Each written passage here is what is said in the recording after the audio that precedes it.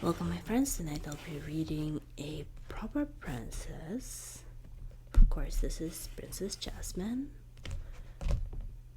and this is from the Disney Princess Storybook Collection.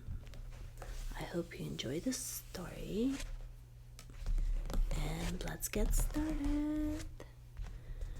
Princess Jasmine felt as though every day was like the one before.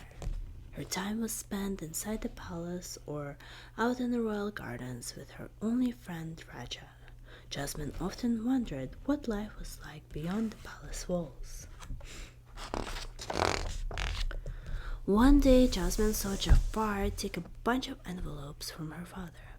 "Who are those letters from?" she asked.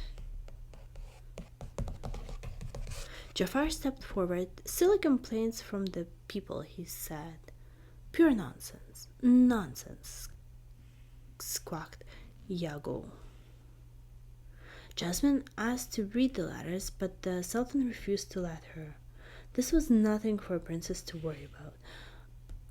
"But father, I want to help," said Jasmine. "I want to do something."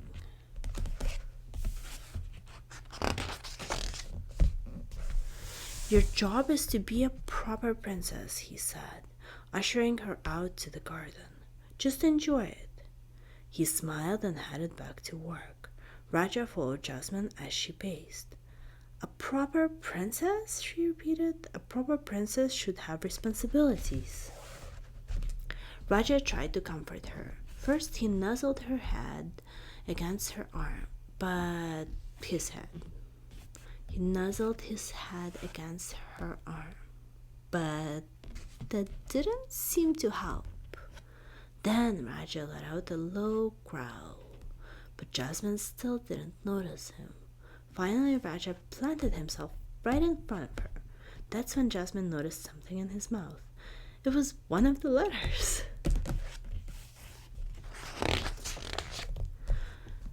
Jasmine hurriedly read it. The letter was from a merchant who was upset about the old town square. He said it was falling apart. She had to find out more. But how?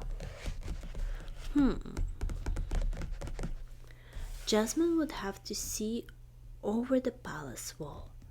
She tried and tried and tried, but it was a very high wall. She walked around searching for another way. "Raja, I have an idea," she said, unwrapping the long scarf from around her shoulders. Jasmine tossed the scarf over a tree branch, then Raja held one end in his mouth, while she held on to the other one. Slowly, Raja pulled and Jasmine rose up to the branches of the tree. She kept climbing until she could see over the wall.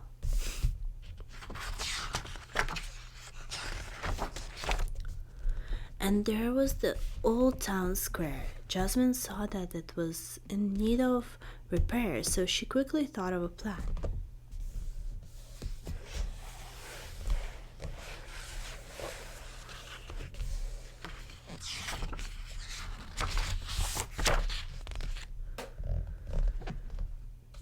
Jasmine rushed to tell her father about it, but he interrupted her and became angry when he learned she had climbed the tree.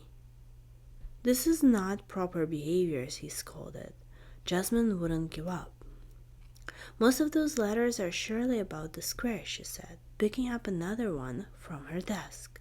"Father, have you read any of them?" The Sultan shook his head.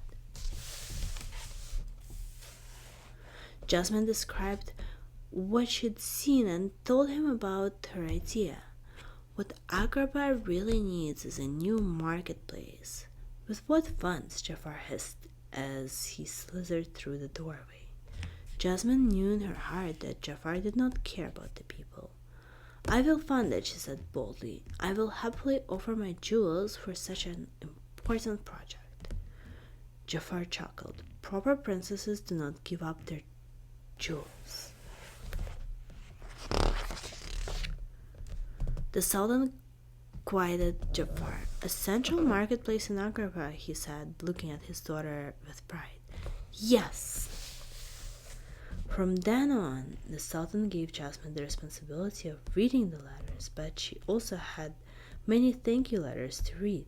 The merchants were so happy to see their marketplace repaired and now filled with treasures from around the world.